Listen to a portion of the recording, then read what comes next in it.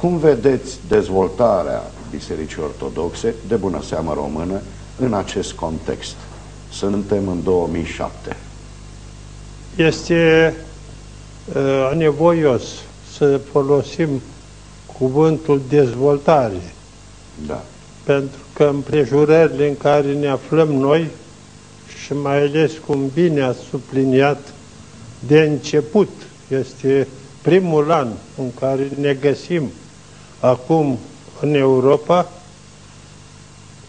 aș folosi și prefera mai mult cuvântul de continuare a activității noastre în noile condiții, pe care o văd ca o activitate foarte interesantă și cu ajutorul lui Dumnezeu este o activitate care întregește Europa, chipul Europei spiritual, prezența Bisericii Ortodoxe Române, cum ați subliniat, alături de Biserica Ortodoxă Greacă.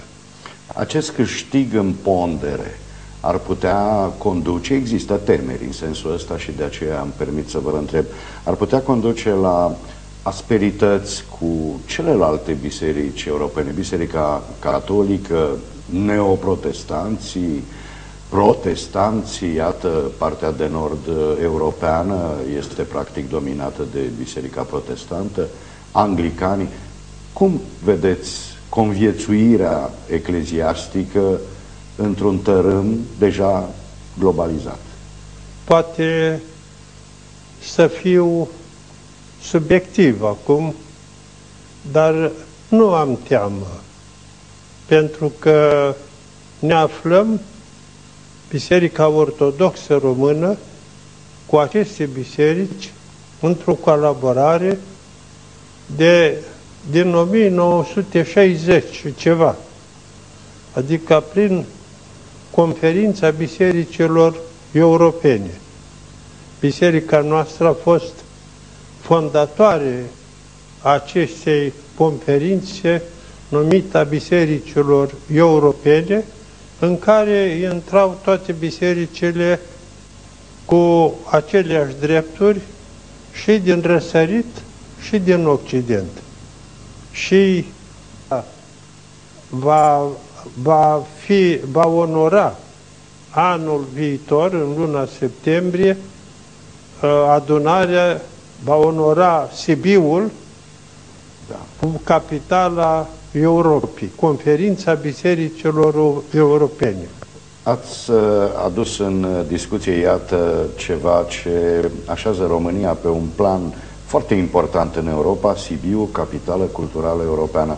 Veți participa în acest an la manifestări la Sibiu? Nădăjduiesc.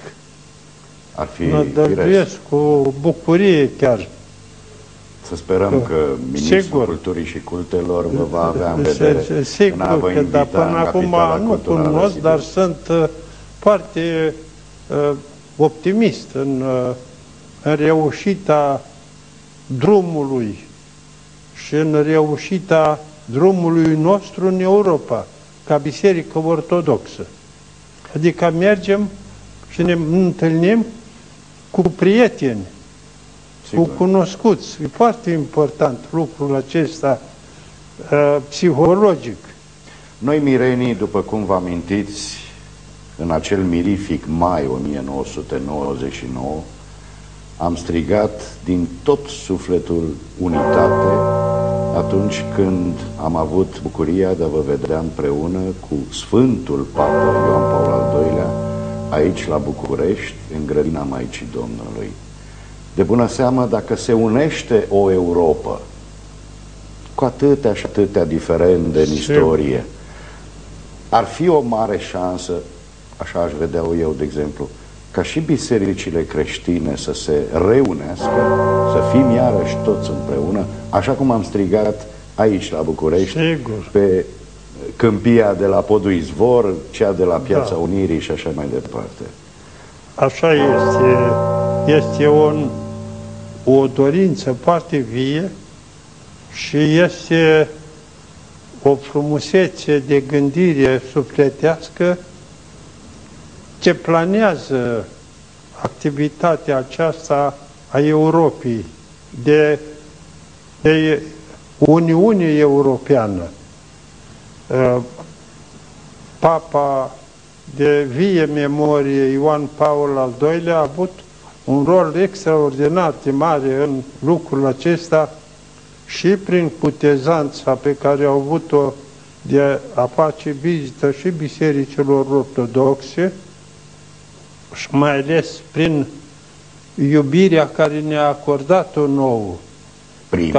Prima vizită care, cu harul lui Dumnezeu, a stârnit un interes sincer, frumos, pașnic. Timpul cât l-a petrecut el la noi, în prezența acestui trimis al lui Dumnezeu, care a fericit de la prunci până la oamenii vârstnici, felicitându-l, salutându-l în toate părțile călătoriei sale.